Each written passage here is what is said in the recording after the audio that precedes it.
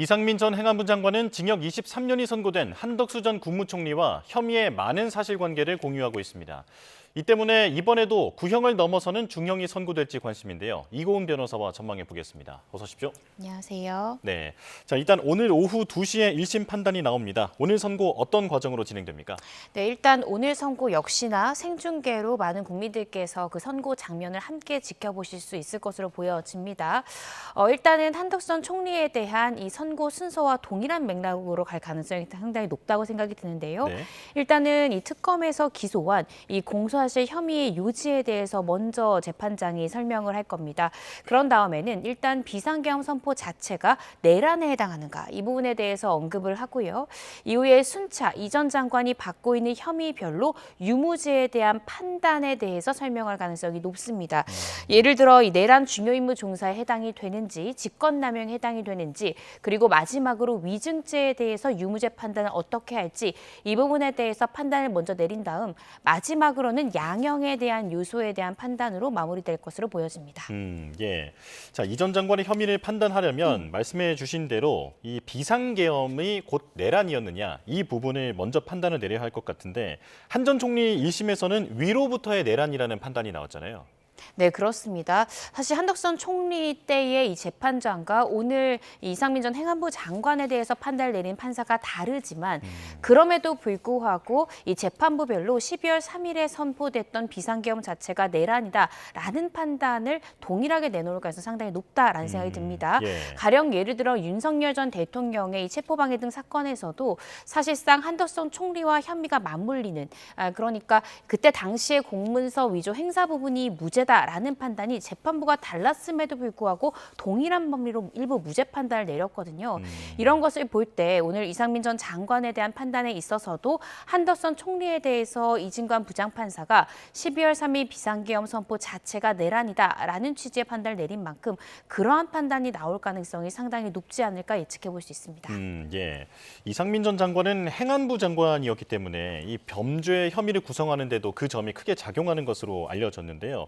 행안부가 평시에 치안을 담당하고 또 계엄의 주무부처로 나뉘어져 구성이 되어 있기 때문에 적어도 이 비상계엄과 관련해서는 관련이 없다라고 주장하기는 어려울 것 같은데요.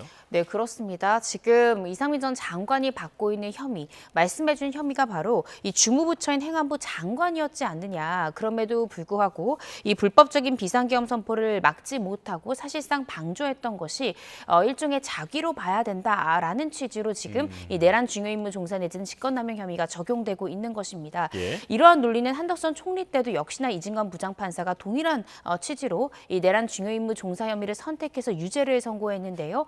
사실상 방조지만 이것은 지금 이상민 전 행안부 장관 내지는 한덕수 전 총리가 역임했던 그 자리의 위치상 적극적으로 말렸어야 된다. 그럼에도 하지 않은 부분 일종의 자기 의무의 위반이다라는 취지로 중요임무 종사의 한 가지의 행위 태양으로 인정했다라는 거죠. 그렇다라고 한다면 이 전 장관에 대해서도 이 부분이 내란 중요임무 종사로 인정될 가능성이 상당히 높은 그런 상황으로 예측해 볼 수 있습니다. 예. 특검은 내란 순차 가담이다라고 적시를 했는데 이게 어떤 뜻입니까? 네, 일단은 이 내란죄에 있어서는 가장 큰 그림은 지금 이 내란의 우두머리 혐의를 받고 있는 윤석열 전 대통령이 큰 그림, 그러니까 공모의 큰 그림을 그렸다라는 것이고 이 큰 공모의 그림 하에 뭐 이상민 전 장관이라든지 김영현 전 장관이라든지 한덕수 전 총리 등이 각자의 역할을 순서에 맞춰서 가담하는 형태로 중요 임무에 종사했다라는 것이 이 공소사실 기재 내용의 전반적인 틀이다라고 생각하시면 됩니다. 따라서 지금 이 전 장관 같은 경우에는 이 사실상 이 불법 비상계엄 선포 자체를 방조했을 뿐만 아니라 순서대로 살펴보면 이 경찰청 그리고 소방청에 단전단수 지시 등을 전달하는 등으로 이 순서에 맞게 순차적으로 이 내란죄에 가담했다라는 취지로 내란 순차 가담이다라는 표현을 쓴 것으로 보여집니다. 예. 지금 핵심 혐의는 언론사 단전 단수 지시를 받았고 또 그 지시를 했느냐 이 부분인데 일단 이상민 전 장관은 모두 부인하고 있는 상황이죠. 네, 그렇습니다. 이상민 전 행안부 장관은 일단은 사전에 비상계엄 자체를 내가 논의하거나 공모한 적이 없다. 그런데 비상계엄 선포를 하는 그 자리에 내가 가서 몇 분 만에 내가 공모에 가담한다는 것이 논리상 말이 되지 않는다라는 취지로 사전 공모 자체 자체를 부인하고 있는 상황이고요. 뿐만 아니라 단전 단수 관련한 지시를 윤 전 대통령으로부터 받은 적도 없고 내가 그 지시 자체를 하달한 적도 없다라고 지금 모든 혐의에 대해서 부인하고 있는 상황입니다. 예. 자, 그런데 그 소방청장의 증언이 있었고요. 그리고 특검은 또 대통령실 CCTV까지 확보를 했는데 이 부분은 어떻게 반박을 할까요? 사실상 이 부분에 대해서 유효성이 있는 실익이 있는 어떤 반박을 하긴 상당히 어렵지 않을까 싶습니다. 특히 허석곤 소방청장 같은 경우에는 자신도 이 내란 혐의의 가담으로 읽혀질 수 있는 그런 증언 내용을 허위로 할 이유는 전혀 없거든요. 예. 그리고 지금 말씀 주신 대로 허석곤 소방청장은 분명히 이상민 전 행안부 장관으로부터 단선 단수에 대한 지시를 받았다라고 분명히 법정에서 증언을 했습니다. 증언 전에는 위증죄로 처벌받을 수 있다라는 점을 분명히 또 본인이 선서를 하고 하는 증언이거든요. 따라서 이 부분에 대한 증언의 신빙성은 상당히 높다라고 재판부가 판단할 가능성이 좀 높다라는 생각이 들고요. 예. 때문에 허석곤 소방청장의 증언 내용을 뒤집기가 상당히 어렵지 않을까 싶고 사실상 CCTV 같은 경우에는 지금 이전에 기자 브리핑에서도 보셨겠지만 재판부에서도 소리가 녹음되어 있지 않기 때문에 우리가 이 부분에 대해서는 제한적으로 증거로서 보겠다라고 이야기를 했습니다. 물론 앞서서 한 전 총리에 대한 이 판결문 내용을 보시면 한 전 총리와 이상민 전 행안부 장관 약 16분간 이 문건 내용에 대해서 독대에서 이 두 사람이 뭔가 논의를 하는 듯한 장면이 나왔고 예. 이 부분에 대해서 이진관 부장판사는 이 단전단수 지시의 내용이 담긴 문건에 대해서 16분간 서로 논의를 했다라는 취지로 판결문에 적시한 바 있습니다. 그렇지만 이진관 부장판사도 지금 1심 재판부인 것이고 오늘 이 류 판사 같은 경우에도 1심 재판부이기 때문에 이진관 부장판사의 판결에 그대로 기속력을 갖는 건 아니거든요. 따라서 이 부분에 대한 CCTV에 대한 이 논리 자체는 다르게 해석될 여지는 있지만 일단은 이진관 부장판사는 그 해당 CCTV의 내용이 결국 이상민 전 행안부 장관이 단전단수 지시를 받았고 이 부분에 대해서 한 전 총리와 심도 있는 대화를 나눴다라는 취지로 이미 판결문에 적시한 이상 상당히 불리하게 작용할 가능성이 높다라는 생각이 듭니다. 예. 재판부가 당연히 다르고 또 독립적으로 운영이 됩니다만 서로의 어떤 영향이 있다라는 것은 현실 아닙니까? 네, 그렇습니다. 네. 아까 말씀드렸듯이 윤석열 전 대통령의 체포방해 사건의 판사와 한 전 총리에 대해서 판단을 내린 판사가 달랐음에도 불구하고 공문서 부분에 대한 행사의 무죄의 논리가 동일하게 같다라는 거죠. 그렇다라고 한다면 오늘 이상민 전 행안부 장관에 대한 사건에 대해서도 일단은 12월 3일에 있었던 비상계엄 자체를 내란으로 볼 가능성 상당히 높은 상황이고요. 또 이미 이진관 부장판사가 사실 한 전 총리에 대한 판단을 함에 있어서도 이상민 전 행안부 장관에 대해서 이미 내란 중요 임무 종사를 한다는 것을 전제로 그러한 이전 장관을 말리지 않았다. 함께 논의했다는 것도 한 전 총리에게 상당히 불리하게 판결문에 적시가 됐기 때문에 예. 오늘 사실상 유죄가 선고될 가능성이 상당히 높지 않을까 조심스럽게 예측을 해봅니다. 예.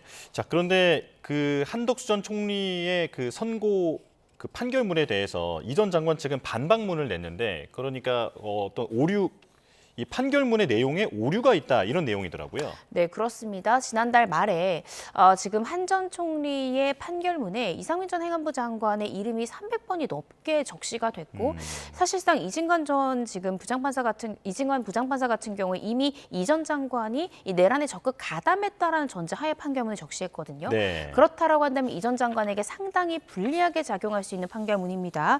따라서 이 전 장관 측은 지난달 말에 이러한 판결 내용이 잘못됐다라는 취지의 의견서를 여러 차례 냈고요. 이진관 부장판사가 이야기했던 16분간의 한덕수 전 총리와 이 전 장관 측의 CCTV 내용에 대해서 지금 이 한덕수 전 총리 측의 판단을 했던 지금 재판부에서는 이것을 이 관련한 문건을 보고 토의하는 것이다라고 판결을 내렸지만 그렇지 않다라고 반박을 했습니다. 네. 일정표를 본 것이고 이것은 어떤 이 단전단수 지시에 대한 문건 자체가 아니었음에도 불구하고 지금 해당 재판부에서 잘못 판단을 내린 것이다라는 취지로 지금 반박 의견서를 제출했다라고 나와 있고요. 또 이 전 장관에게 단전단수 문건을 줬다라고 진술했던 이 김영현 전 장관의 이 헌재에서의 있어서의 이 증언도 그때 당시에 급박한 질문에 대한 이 답변이기 때문에 신빙성 자체가 높다라고 볼 수 없다라는 취지로 지금 이 전 장관 측에 불리했던 판결문 내용 또 김영현 전 장관 측의 증언 내용에 대해서 반박하는 의견서를 여러 차례 냈다라는 보도가 나오고 있습니다. 예. 특검은 구형을 15년 했는데 지난번에 한덕수 전 총리를 보면 23년이 나오지 않았습니까? 이번에도 그 구형량을 넘어설 가능성이 있습니까? 상당히 높다라는 생각이 듭니다. 예. 사실상 한덕수 전 총리 같은 경우에는 물론 중요 임무 종사라는 혐의가 인정되긴 했지만 적극적으로 만류하지 않았다라는 것이 크게 작용했던 그러한 재판이었음에도 불구하고 특검이 구형했던 15년을 훨씬 상회한 23년이 나왔다라는 거죠. 예. 그렇다라고 한다면 단전단수 지시를 했다라는 적극적인 행위 태양을 띠고 있는 지금 이상민 전 행안부 장관에 대해서는 역시나 상당한 중형이 나올 가능성이 높다. 즉 한 전 총리도 징역 15년을 구형받았고 이상민 전 행안부 장관도 15년을 구형을 받았지만 이 두 사람 모두 다 상당히 중형이 선고될 가능성이 높고 구형량을 상회할 가능성이 높다라고 예측해 볼 수 있을 것 같습니다. 예, 윤석열 전 대통령 사형 얘기로 좀 넘어가 보겠습니다. 사형을 구형 받았는데 이제 1심 선고가 19일입니다. 어떻게 전망하십니까? 사실상 이 한덕수 총리에 대해서 23년형이 나왔기 때문에 네. 김용현 전 장관에 대해서도 상당히 높은 중형을 우리가 예상해 볼 수 있지만 윤 전 대통령에 대해서도 상당한 중형을 우리가 예상해 볼 수 있는 상황인 것 같습니다. 이진관 부장판사의 판결 내용을 보면 김용현 전 장관에 대해서도 사실상 불법성을 상당히 높이 봤거든요. 주어 자체를 윤석열 전 대통령과 김용현 전 장관이 마치 한 몸인 것처럼 판결을 적시한 부분을 여러 문장에서 우리가 볼 수 있습니다. 따라서 김용현 전 장관에 대해서도 조심스럽게 추측해 보자면 무기징역이 선고될 가능성이 상당히 높지 않을까 예상이 되고 예. 만약 김용현 전 장관에 대해서 무기징역이라는 형을 선택한다면 당연히 그것보다 수개 혐의를 받고 있는 윤 전 대통령에 대해서는 사형이라는 선택지를 선택할 가능성도 우리가 생각해 볼 수 있지 않을까 싶고요. 특히나 지기현 부장판사는 현재 1심이기 때문에 통상 이전 판례 등을 보더라도 1심의 선고형이 가장 높습니다. 예. 2심, 3심을 가면서 형량을 깎이는 그런 모습까지 봤을 때 2심의 형량 선고가 사형 내지는 무기징역이 나올 가능성이 상당히 높은 상황이지 않을까 예측해 볼 수 있을 것 같습니다. 예. 그런데 그 선고 이래 윤 전 대통령이 모습을 드러내지 않을 수도 있다라는 그런 전망이 있는데 그래도 되는 겁니까? 그렇게 해서는 되지 않고요. 형사 사건에 있어서는 피고인 본인이 반드시 출석을 해야 됩니다. 이러한 우려에 대해서 윤 전 대통령 측에서도 이 재판의 초반부에만 몇 번 재판에 출석하지 않았을 뿐 이후에는 성실히 출석했다. 따라서 이 선고일에도 우리는 출석을 할 것이다라고 의견을 밝힌 만큼 출석할 가능성이 대단히 높지 않을까 싶고요. 만약에 출석을 하지 않을 경우에는 선고일이 한 번 더 미뤄질 가능성도 우리가 생각해 볼 수 있기 때문에 출석할 가능성이 상당히 높다는 생각이 듭니다. 예. 자, 윤 전 대통령 측은 이제 여론에 호소하는 그런 모습을 계속 보이고 있는데 변호인이 지금 윤 전 대통령의 눈 건강이 상당히 안 좋다 이런 얘기도 하더라고요. 자, 향후에 뭐 어떤 포석을 생각을 해서 지금 이런 발언들을 하는 것으로 보입니까? 사실상 만약에 중형이 이제 선고가 된다라고 하면 이 부분에 대해서 더 이상 어떠한 집행정지에 대한 실익은 없을 것으로 보여집니다. 물론 아마 이제 1심에서 굉장히 중형이 선고가 된다라고 하면 구속 상태가 계속 유지가 될 것이고 그런 상황에 선택할 수 있는 선택지는 구속 집행정지 신청을 우리가 생각해 볼 수는 있거든요. 구속 집행정지가 되려면 사실상 본인의 건강에 있어서 치명적인 예를 들어 말기암 환자가 지금 수술을 받지 않으면 생명 자체에 큰 위협감을 느낄 때 행할 수 있는 그런 신청이고 허가가 될 수 있다라는 점을 봤을 때 그런 부분을 염두에 둘 수는 있지만 윤 전 대통령도 사실 20년 이상 검사 생활한 베테랑 검사 출신이기 때문에 그러한 것이 실익이 없다라는 것은 아마 스스로 잘 알 것으로 보여집니다. 그래서 구속 집행정지에 대한 신청 가능성보다는 제가 생각할 때는 윤 전 대통령을 지지하는 지금 지지 세력들에게 건강 상태가 좋지 않다라는 등의 어떤 감정에 호소를 하기 위해서 이런 부분들에 대한 입장을 낸 것이 아닌가 생각이 듭니다. 예. 윤 전 대통령 측은 내란 재판 중계 그리고 그 플리바게닝을 규정한 특검법이 위헌이다라고 문제 제기를 하고 있는데 헌재가 이 부분을 정식으로 들여다본다고요?